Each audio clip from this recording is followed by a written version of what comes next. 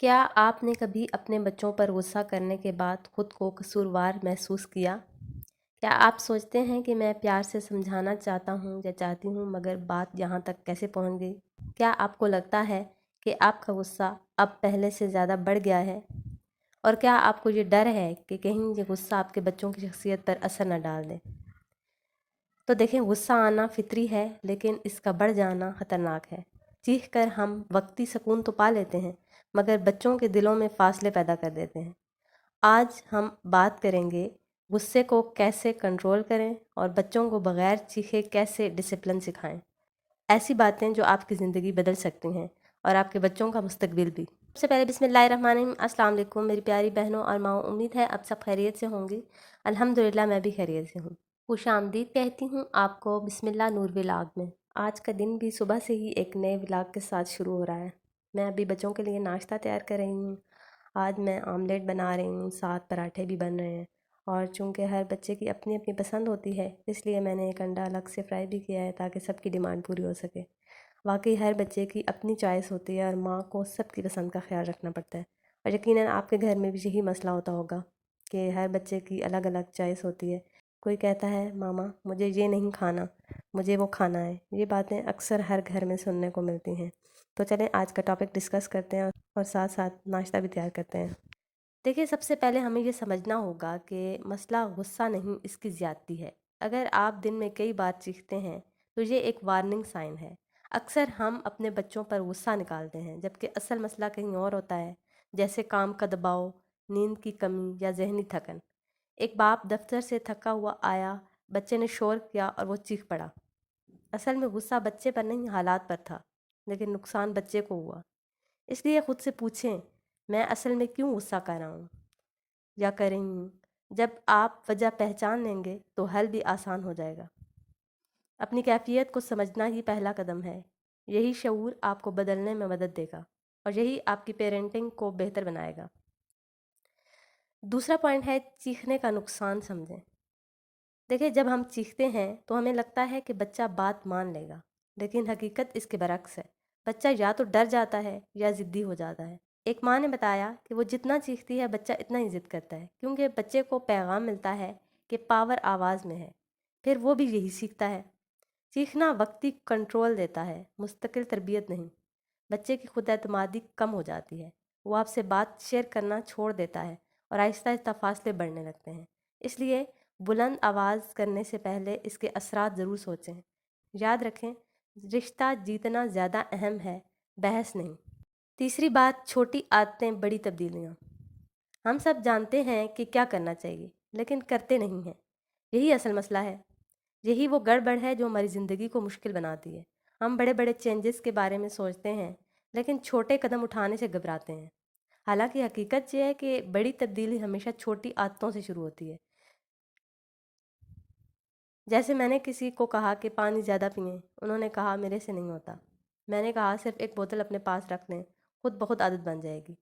फिर मैंने कहा रोज़ 15 मिनट वॉक करें, उन्होंने कहा टाइम नहीं मिलता। मैंने कहा सोशल मीडिया 15 मिनट कम कर दें, वक्त खुद बन जाएगा। असल मसला वक्त की कमी नहीं, तरजीहात की कमी है। हम दूसरों के लिए सब कुछ कर लेते हैं, मगर ख़ुद को भूल जाते हैं। और जब हम खुद को नज़रअंदाज करते हैं, गुस्सा, थकन और फ्रस्ट्रेशन बढ़ जाती है। अगर सिर्फ एक आदत से शुरू करें, आज पानी ज़्यादा पिएं, कल वॉक शुरू करें, परसों नींद बेहतर करें, आहिस्ता आहिस्ता ये आदतें आपकी शख्सियत बदल देंगी। जब आप बेहतर होंगे, आपका रवैया नरम होगा, और जब रवैया नरम होगा, बच्चे खुद ब खुद सुनना शुरू कर देंगे। याद रखें, छोटे कदम सुस्त ज़रूर लगते हैं, मगर यही कदम आपको बड़ी कामयाबी तक ले जाते हैं। चौथी बात, बच्चे को समझें, कंट्रोल ना करें। देखें, हम अक्सर बच्चों के रवैये को देखते हैं, लेकिन इसके रवैये के पीछे छुपी वजह को नहीं देखते। हर ज़िद, हर शरारत, हर चीख किसी न किसी ज़रूरत का इजहार होती है। कभी बच्चा थका होता है, कभी भूखा होता है, और कभी सिर्फ ये चाहता है कि कोई इसे तवज्जो दे। एक मिसाल देखें, एक बच्चा बार बार माँ को तंग कर रहा था, चीज़ें फेंक रहा था। माँ गुस्से में आ गई, चीखने लगी। लेकिन जब गौर किया गया तो पता चला कि बच्चा पूरा दिन अकेला था। वो सिर्फ ये चाह रहा था कि कोई इसके साथ वक्त गुजारे। जब माँ ने इसके साथ बैठ कर बात की, इसे गले लगाया, थोड़ा वक्त दिया, तो वही बच्चा बिल्कुल पुरसकून हो गया। یہی فرق ہے کنٹرول اور کنیکشن میں۔ اگر آپ صرف کنٹرول کریں گے تو بچہ وقتی طور پر رک جائے گا مگر دل سے دور ہو جائے گا، اور اگر آپ کنیکٹ کریں گے تو وہ آپ کی بات مانے گا۔ بچوں کو ڈرانا آسان ہے مگر سمجھنا اور سننا اصل مہارت ہے۔ ان سے سوال کریں، ان کی بات سنیں، انہیں یہ احساس دیں کہ وہ اہم ہے۔ جب بچے کو یہ احساس ملتا ہے کہ مجھے سمجھا جا رہا ہے تو وہ خود اپنی غلطیاں کم کرنے لگتا ہے۔ یاد رکھیں، بچے کو کنٹرول کرنے سے بہتر ہے اسے سمجھ لیا جائے۔ پوائنٹ نمبر 5 ہے اپنے آپ پر کام کریں۔ پیرنٹنگ صرف بچوں کو بدلنے کا نام نہیں ہے، یہ سب سے پہلے خود کو بدلنے کا نام ہے۔ اگر ہم خود پریشان، تھکے ہوئے اور ذہنی دباؤ میں ہوں تو ہم بچوں کے ساتھ اچھا رویہ نہیں رکھ سکتے۔ ایک ماں کہتی ہے، میں بچوں پر جلدی غصہ کر جاتی ہوں۔